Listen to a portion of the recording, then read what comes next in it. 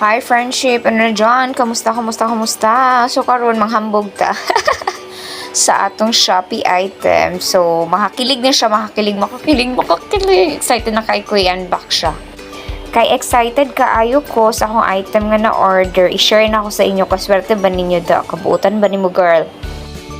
So muna, busy kay ko dugay kining video pag unbox pa lang ani, it takes time, char English. So mo na busy ko gunting-gunting dara, naabot rag kalit ang among Miko. Magsamok-samok po na siya, apil-apil pa gid na siya. Gusto na siya bida-bida. Tanawa lang ninyo. So mo na excited kay ko sa atong item na siya taklob, na atay straw, og na siya baso. Pero ngano kanino, bisig wala na ko'y kwarta maka-Shopee ra gihapon, unsa naman ni? Sa tinudanay lang, naglisod na tagpamalit og bugas, pero pang Shopee, makapangita po ito pang mga ginaunsa naman ni as mga hostisyaan. Ni, bitaw po no, kung ipop ni mo ang bubble wrap, kay mawala siya ni mong stress. Tinuod, Rod? Tinuod ka, girl? Makawala jud pag stress?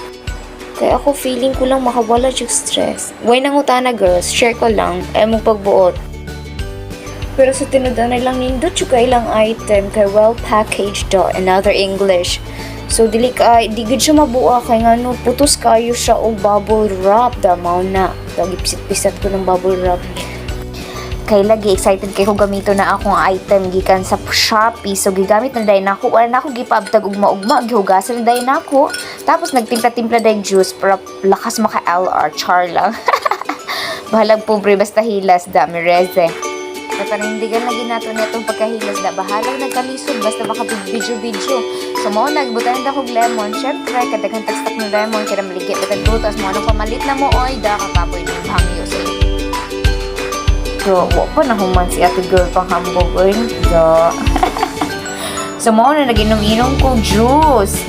Pero nahambog pa ko sa mong iringan sa anak ko. Dami siya lovely. Pati iring, gihambugan da. Huwag ka maulaw, girl. Do, kahilas din mo, girl, or so mo na, nanghambog na po ko sa akong mga sudlanan. Char, mga sudlanan, duhar rin nakabuok. Sudlanan na siya sa biscuit or anything na imong stock dera. So, gusto nung na mo biscuit, kaya para niyo siya tanawon. So, nag-refill ko dera.